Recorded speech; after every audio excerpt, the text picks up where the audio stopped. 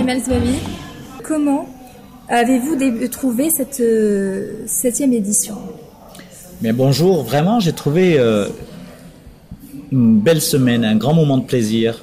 Cette 7e édition, 50 ans de partage, 50 ans d'indépendance, une histoire à partager.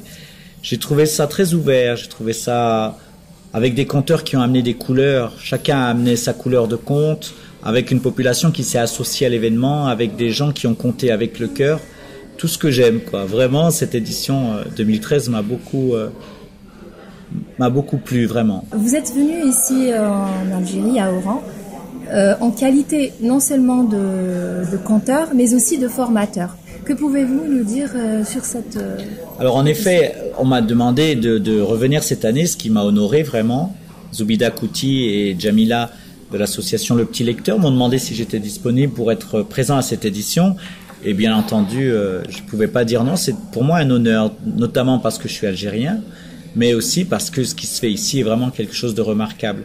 Quand elles m'ont demandé de revenir, j'ai proposé l'idée de former une dizaine de conteurs locaux d'ici, d'Oran ou de sa région, afin de leur offrir la possibilité d'assurer la cérémonie d'ouverture du festival.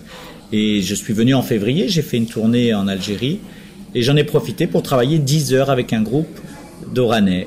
Et j'ai eu la grande surprise de voir qu'ils s'étaient réunis, enfin on avait gardé un lien, ils s'étaient réunis tous les samedis, ils ont travaillé et ils ont présenté un spectacle de grande qualité le jour de l'ouverture du festival. Et ils ont le projet, et je les encourage, de continuer à présenter ce spectacle de contes avec plusieurs couleurs, du conte théâtralisé, du conte traditionnel, un peu de musique, un peu de chant, en arabe, en français, en espagnol un peu. En tout cas, tout ce qui fait la beauté des gens d'Oran, je l'ai retrouvé un peu dans ce conte qui a été écrit par eux. Donc, revenir en qualité de formateur, très humblement, mais d'accompagnateur de ce talent-là, pour moi, ça m'a vraiment fait plaisir. Et puis, j'ai compté pendant une semaine dans les écoles, à l'évêché, ici à l'Institut français, au TRO, au SDH, etc., avec un plaisir immense, vraiment. C'était quelque chose d'assez magique. Où en est le conte aujourd'hui, selon vous? Le conte, à mon sens, aujourd'hui, en 2013, il fait son chemin, il continue de faire sa route. Je suis peut-être abusivement optimiste, mais je pense que tant qu'il y aura des gens, il y aura des contes. Il y a des histoires à raconter, simplement on ne les partage plus comme on le faisait autrefois. Le mode de transmission, d'échange et de communication autour du conte n'est plus le même. La sacralisation d'un échange de contes n'est plus la même. Et il est intéressant de mesurer que la société change, elle évolue. Et le conte survivra dès lors qu'il évoluera en même temps que la société. Avec le groupe de jeunes avec lesquels j'ai eu la chance de travailler en amont du festival, on a établi un lien internet sur un réseau social, on a créé une page privée et on communiquait, on passait les informations, moi à Paris et eux ici. Et c'était assez extraordinaire de voir que ça a marché, ça a fonctionné. On a écrit un cyberconte finalement. On a écrit un conte à 2000 km les uns des autres, mais comme si on était à côté, quoi. Et ça m'a appris qu'on peut, avec beaucoup d'énergie, beaucoup de cœur et une grande sincérité, s'adapter aux moyens modernes et continuer à se raconter, à se partager des choses, à les inventer même.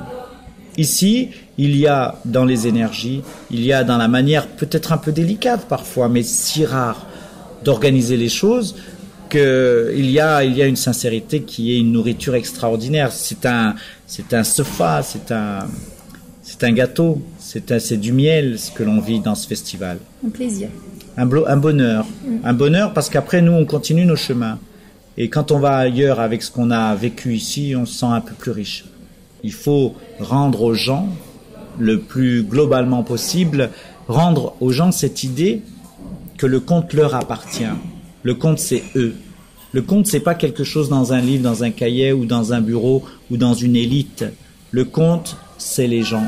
Et ce sont les gens qui font les contes. Si on arrive à rappeler aux gens cette chose essentielle, je pense que même s'il faut l'adapter vraiment à son contexte, le conte peut demeurer. Vraiment et très naïvement, j'ai l'impression que le conte est là depuis qu'il y a des gens. Alors tant qu'il y aura des gens, il y aura du conte. Il faut juste faire attention à ne pas le muséifier. Le conte, c'est pas un musée, c'est pas quelque chose sous la poussière. C'est pas quelque chose pour les vieux ou pour les enfants. Le conte, c'est quelque chose pour les porteurs d'oreilles, pour les gens qui ont encore du sens. Il est important de rappeler que les conteurs qui ont fait la cérémonie d'ouverture vont continuer à conter. Ils vont peut-être se fédérer en association, peut-être le petit conteur, en tout cas en lien avec le petit lecteur. Ils vont continuer de travailler autour du conte, à se former pendant l'année, à aller dans les écoles, par exemple à Sidi Bel Abbès, à l'Institut au département de langue française de l'université qui nous avait accueillis. Ils vont aller un peu partout pour continuer sur ce chemin qu'ils ont commencé à emprunter. Donc ça, c'est, à mon avis, une des grandes réussites de la 7e édition. C'est que maintenant, il y a des conteurs ici et qui vont s'assumer officiellement en qualité de conteurs et qui vont, pendant toute l'année, continuer cette aventure. Merci beaucoup. Bien, merci à vous.